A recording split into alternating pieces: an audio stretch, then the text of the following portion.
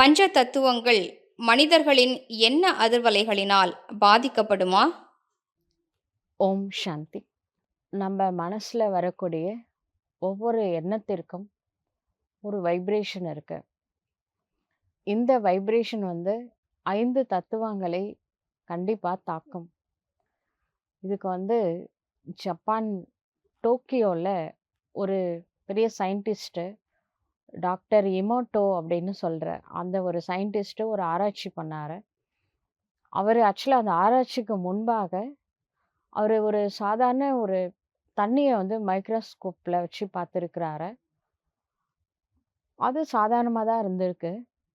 ஆனா, அந்த gen meditation பண்றாங்க. புத்த மதத்துல. அந்த தண்ணி ஒரு கிறிஸ்டல் ஃபார்மேஷன் இருந்துச்சு.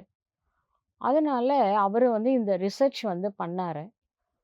என்ன பண்ணாரு அப்டின்னா, ஒரு பாட்டில்ல ஸ்டிக்கர் எழுதி ஒட்டிட்டாரு. அதாவது ஒரு கண்ணாடி டம்ளர். ஒரு 4, 5 கண்ணாடி டம்ளர தனித்தனியா ஒரு ஒரு டேபிள் மேல ஒரு டேபிள்ல ஒரு டம்ளர் அது மாதிரி. அதுல தண்ணி இருக்கு. வெளியில ஸ்டிக்கர்ல என்ன இருக்கு? அன்பு, அமைதி, மகிழ்ச்சி, லவ், பீஸ், அப்புறம் கிராட்டிட்யூட், தேங்க் யூ அந்த மாதிரிலாம் ஒரு பாசிட்டிவா ஒரு ஒரு இதுல எழுதினாரு. சில டம்ளர்ல ஹேட்ரட், ஆங்கர், ஈவில், ஃபூல் அந்த மாதிரிலாம் நெகட்டிவான கமெண்ட்ஸ் எழுதி வச்சிருந்தாரு. ஒரு ரிசர்ச்சுக்காக. அவர் டெய்லி என்ன பண்ணுவாருன்னா, அந்த டம்ளர் பார்க்கும்போது இப்போ அன்பு அப்படின்னு எழுதி வச்சிருந்த டம்ளர்ல அன்பா பார்ப்பாரு. ஹேட்ரட்ன்னு எழுதியிருந்த டம்ளர்ல வெறுப்பா பார்ப்பாரு. அது மாதிரி ஒரு வைப்ரேஷன். ஒரு 1 வீக் கழிச்சு ஆ எல்லாத்தையும் திரும்பவும் டெஸ்ட் பண்ணாரு. அதே மைக்ரோஸ்கோப் மூலமா. இப்ப பார்த்தா, இந்த பாசிட்டிவான வார்த்தைகள்லாம் எழுதப்பட்ட தண்ணி அழகான ஒரு கிறிஸ்டல் ஃபார்மேஷன் வந்திருக்கு. ஒரு நெக்லஸ் மாதிரி. பார்க்கறதுக்கே அருமையா இருந்தது. எல்லாத்துமே அப்படிதான் இருந்தது. பாசிட்டிவா இருந்தது எல்லாமே. ஒண்ணொண்ணும் விதவிதமா இருக்கு ஆனா. அந்த பீஸ்ன்னு எழுதுனது வேற மாதிரி இருக்கு. ஹாப்பினஸ் வேற மாதிரி இருக்கு. ஆனாலும் அந்த கிராட்டிட்யூடு, தேங்க் யூ எல்லாமே விதவிதமா இருந்தாலும், பாசிட்டிவா பார்க்கறதுக்கு கிறிஸ்டல் ஃபார்மேஷன் இருக்கு. ஆனா, இந்த ஈவில், அதுக்கப்புறம் ஃபூல், ஹேட்ரடு, ஆங்கர் இந்த மாரி எழுதி வச்சிருந்தார்ல, அது பார்க்கறதுக்கே ஒரு மாதிரி பயமா இருக்கிற மாதிரி இருக்கு. அந்த ஆ மாலிக்யூல்ல டிஃபரன்ஸ் வந்திருக்கு வாட்டர் மாலிக்யூல்ஸ்ல. இப்ப அத வச்சு அவரு ரிசர்ச் பண்ணி அவரு என்ன வெளியிட்டாரு அப்டின்னா, நம்மளுடைய எண்ணங்கள் வாட்டர சீக்கிரம் வாட்டர் எலிமெண்ட்ட சீக்கிரம் தாக்கும் அப்டின்ட்டு. இப்ப நம்ம உடல்ல 70% 69% 70% என்ன இருக்குன்னா, வாட்டர் தான் இருக்கு. அப்ப அது நம்மளுடைய மனசுல வரக்கூடிய எண்ணங்கள் கண்டிப்பா அந்த தாக்க தான் செய்யும். இதெல்லாம் பிராக்டிகலா ப்ரூவ்டு. அவங்க சயின்டிஃபிக்கா ப்ரூவ் பண்ணி வச்சிருக்கிறாரு. அந்த டாக்டர் எமெட்டோ அப்படின்னு சொன்னவரு. அந்த மாதிரி நம்ப மனசுல வரக்கூடிய ஒவ்வொரு எண்ணமும் ஆக்சுவலா 4 விஷயங்கள தாக்குது. முதல் தாக்கம் எதுல இருக்கு அப்படின்னா, நம்ம என்ன நினைக்கிறோமோ, அது நம்மளுடைய எமோஷன தாக்குது. 2வது நம்மளுடைய உடலை தாக்குது. உடல்ல தான் அந்த தண்ணி மேக்ஸிமம் இருக்கு. 5 தத்துவங்களையும் அது தாக்கும். 3வது பீப்பிள் ரிலேஷன்ஸ்ல அதுலயும் நம்மளோட எண்ணங்கள் ரிலேஷன்ஸ்ல பாதிப்பு ஏற்படும். 4வது 5 எலிமெண்ட்ஸ் கண்டிப்பா தாக்கம் இருக்க தான் செய்யும். இப்ப இந்த 4 விஷயங்களையும் நம்மளோட எண்ணங்கள் போய் தாக்குது. இப்ப இந்த எண்ணங்களால இப்போ சாதாரணமா நம்ம என்ன நினைப்போம்? சாதாரண தாட்ஸ் இருக்கும். சாதாரண தாட்ஸ் விட்டுட்டோம்னா, மேக்ஸிமம் இன்றைய சூழ்நிலையில, இன்றைய உலகத்துல எல்லா இடத்துலயுமே நெகட்டிவ் சூழ்நிலை இருக்கிறதுனால, நெகட்டிவ் இன்ஃபர்மேஷன் ரொம்ப கலெக்ட் பண்ணி வச்சிருக்கிறதுனால, பாஸ்ட்ட கூட மறக்க முடியாத காரணத்தினால, நெறைய ஒரு வெறுப்பு, கவலை, துக்கம் இதுதான் வந்து நெறைய நெனைக்கிறோம். இத வந்து நம்ம வருஷ கணக்குல அதையே நெனச்சிட்டு இருந்தா, மனசு என்ன ஆகும்? பாரமாகும்ல. அது வந்து மனசுல ஃபீலிங்ஸ் வருது. உடலை பாதிக்குது. ரிலேஷன்ஷிப்ல பாதிப்பு ஏற்படுது. கண்டிப்பா 5 எலிமெண்ட்ஸ்ல அதனுடைய பாதிப்பு வந்து இருக்க தான் செய்யும். இப்ப சில பேருக்கு வந்து நெறைய ஃபீலிங்ஸு, நெறைய கோவம், நெறைய வரும்போது என்ன ஆகுது அப்டின்னா, ஒண்ணு பிரெயின் அல்லது ஹார்ட். அதுல வந்து ஃப்ரீயா ஓடிட்டு இருக்க பிளட் வந்து கிளாட் ஆகுது. கிளாட் ஆகுறதுக்கு முக்கியமான காரணம் என்னது? அங்க வந்து சிலர் சொல்றாங்கல்ல, பிபி மாத்திரை சாப்பிடல அதான் கிளாட் ஆயிடுச்சு. அப்டின்னா என்ன அர்த்தம்? அது ஃப்ரீ ஃப்ளோ இல்லாம இருக்கு. மாத்திரை சாப்பிட்டு தான் ஃப்ளோ பண்ண வைக்க வேண்டியதா இருக்கு. காரணம் வந்து உள்ளுக்குள்ள இருக்கக்கூடிய கோபம், வெறுப்பு. இதெல்லாம் வந்து என்ன ஆகுதுன்னா, சில சமயம் வந்து சிலர் மத்தவங்க செய்ற தவறுகளை பார்த்து இவங்க கொதிப்பாங்கல்ல, ரத்த கொதிப்புன்னு பேரு. ரத்தத்த கொதிக்க வச்சா என்ன ஆகும்? கட்டி தான் ஆகும். அது பிரெயின்ல போய் ஆச்சுன்னா என்ன ஆகுறது? நம்ம உடல்ல வந்து ஒரு முக்கியமான பார்ட் என்னது? பிரெயினும், அதுக்கப்புறம் வந்து ஹார்ட்டும் தான். ஆனா அங்க போய் பிளாக்கேஜ் ஆகுது. சிலர் வந்து பைபாஸ் சர்ஜரிலாம் பண்றாங்க. கஷ்டப்பட்டு அவ்ளோ பைசா செலவு பண்ணி பண்றாங்க.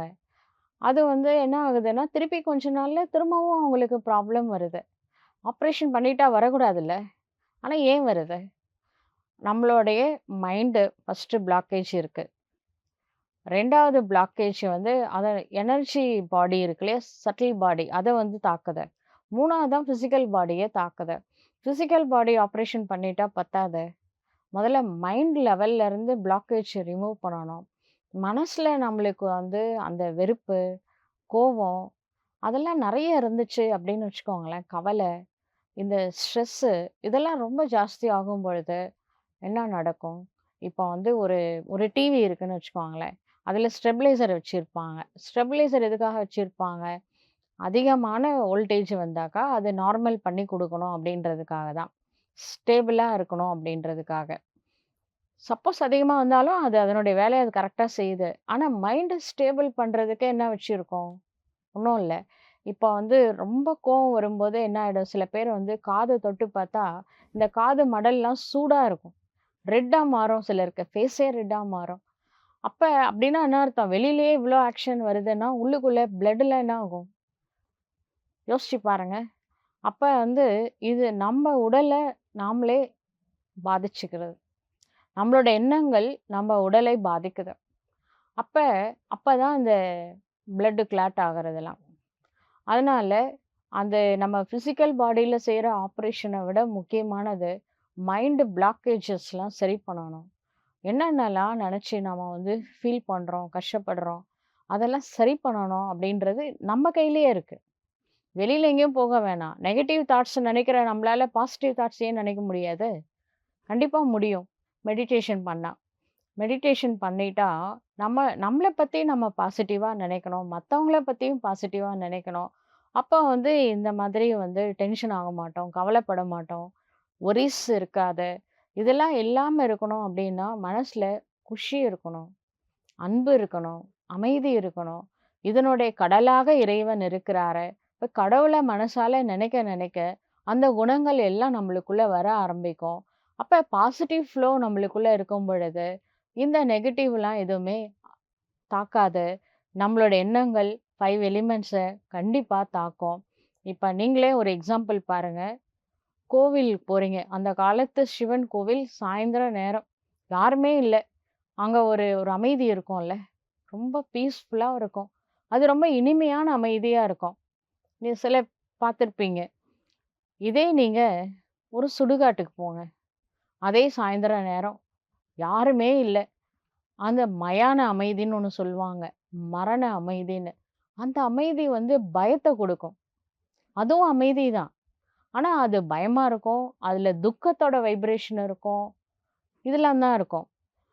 இதே மாதிரி ஒரு ஹாஸ்பிட்டல் போறீங்க. அங்க ஐசியூக்கு போறீங்க. அங்கேயும் யாருமே இல்ல. நீங்க மட்டும் போறீங்க. அங்க எல்லாரும் பேஷண்ட்டா இருக்காங்க. எல்லாம் உடம்பு ஃபுல்லா டியூப் மாட்டி வச்சிருக்கு. அங்க கூட ஒரு அமைதி இருக்கு. அந்த அமைதி என்ன குடுக்குது? துக்கத்த குடுக்குது, அசாந்திய குடுக்குது, ஒரு பயத்த கூட குடுக்கும். இப்ப இது பாருங்க, சுடுகாட்லயும் அந்த பயம், துக்கம், அசாந்தி இருக்கு. ஹாஸ்பிட்டல்லயும் அப்படி இருக்கு. ஆனா, கோவில்லலாம் பார்த்தீங்கன்னா, அவர் ரொம்ப பீஸ்ஃபுல்லா இருக்குல்ல. அப்ப யோசிச்சு பாருங்க. அங்க இருக்கிற பீஸ்ல வந்து அமைதி மட்டும் இல்ல, ஒரு சந்தோஷம் இருக்கும். ஒரு உண்மையான அன்பு இருக்கும். கடவுளோட அன்பு.